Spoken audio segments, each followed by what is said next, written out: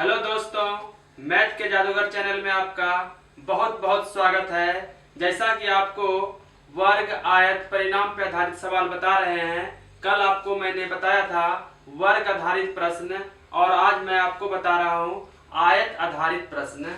तो देखिए, प्रश्न में लिखा हुआ है कि एक आयताकार बाग की लंबाई 20 मीटर और चौड़ाई 15 मीटर है। उस बाग को तार से घेरने में कितना मीटर तार चाहिए। उस बाग को तार से घेरने में कितना मीटर चाहिए तार। तो देखिए, आपको तो तार चाहिए, मतलब आपको ये तो आयत है, आपको पता चल रहा है जो आयत है तो ये तार तो यहीं पे लगेगा। और ये क्या है आपको बताए हैं, परिमाप है। तो वर्ग का परिमाप नहीं यहाँ पे करना, हमको आयत का परिमाप करना है। आयत का परिमाप बराबर क्या होता है, 2 गुना लंबाई जोड़ चौड़ाई होता है। तो 2 गुना लंबाई इसमें दिया गया है 20 और जोड़ चौड़ाई कितना है 15 है। तो 2 गुना 15 20 35। तो 35 गुना 70 मीटर क्या लगेगा, हमको तार की आवश्यकता होगी उस बाग को घेरने में। तो एक आयताकार बाग की ये तो तार की लंबाई निकल गई। अगला प्रश्न देखिए, बहुत आसान सा ये प्रश्न था, बस इसमें फंसाने का तरीका ये था कि उसमें लिख दिया तार कितना घेरने में लगेगा। लेकिन और इसमें सीधा प्रश्न रहता क्या, उस आयत का परिमाप निकालिए। तो परिमाप आप डायरेक्ट फार्मूला लगा देते, लेकिन यहाँ डाल दिया प्रश्न में क्या, तार बाग को घेरने में कितना तार की आवश्यकता होगी। इसी में बच्चा फंस जाता है, लेकिन फंसने की कोई जरूरत नहीं है, क्योंकि आप जानते हैं, आपको परिमाप का मतलब मैंने बता चुका हूं पिछले वीडियो में। इसलिए इसमें जरा सा भी घबराने की बात नहीं है। तो अगला प्रश्न चलते हैं। एक आयताकार मैदान का परिमाप 240 मीटर है। लंबाई तथा चौड़ाई का अनुपात 5:3 है। तो इसका क्षेत्रफल ज्ञात कीजिए। तो इसमें अनुपात दे दिया गया है। तो मान लीजिए कि लंबाई 5x, चौड़ाई 3x।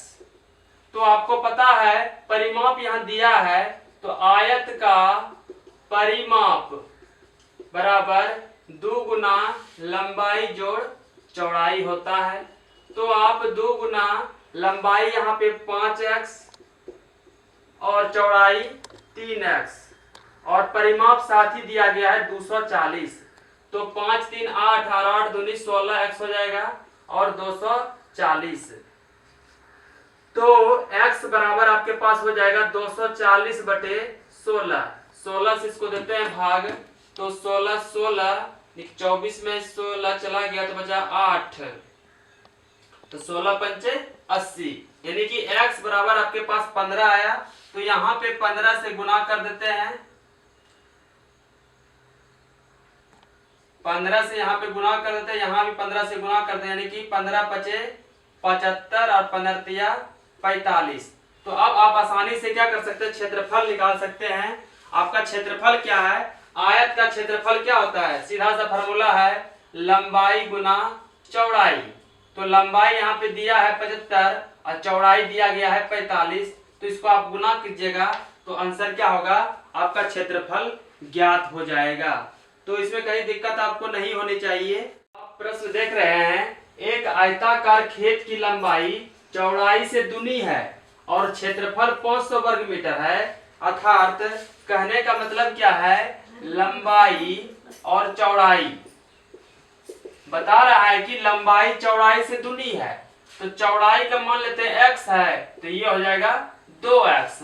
और आपके पास क्षेत्रफल दिया गया है, तो क्षेत्रफल बराबर आपको पता है क्या होता है, लंबाई गुना चौड़ाई होता है।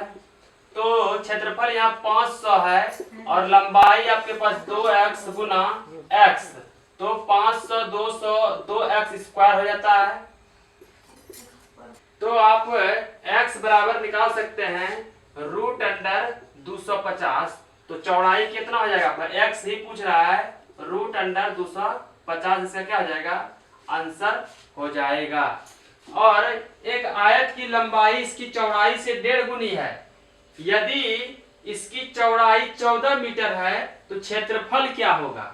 तो यहाँ देखिए लंबाई कह रहा है, लंबाई इसकी चौड़ाई से 1.5 गुनी है। चौड़ाई से 1.5 गुनी, यानी कि ये x है, ये 1.1/2x है। तो लेकिन यहाँ पे आपको दिया गया है चौड़ाई कितना है, तो चौड़ाई यहाँ लिख देंगे हम लोग 14। तो यहाँ भी करेंगे 2 का 2 1 3/2 और गुना 14, तो 7 हो जाए 7 21, इसका क्या हो जाएगा, लंबाई हो जाएगा। और अब जब लंबाई आपके पास है, चौड़ाई आपके पास है, तो आप क्षेत्रफल भी आसानी से निकाल सकते हैं। और क्षेत्रफल बराबर आपको फॉर्मूला पता ही है, क्षेत्रफल बराबर क्या होता है, लंबाई गुना चौड़ाई होता है। और लंबाई आपके पास 21 है और चौड़ाई 14 है। 14 बचा 1, 14 दूनी 28 और 1 29 वर्ग मीटर स्क्वायर क्या हो जाएगा, आपका क्षेत्रफल हो जाएगा। आई होप कि ये वीडियो आपको पसंद आए होंगे। अगर पसंद आए तो इसे लाइक करेंगे और चैनल पे नए हैं तो सब्सक्राइब करेंगे। Bye bye, take care.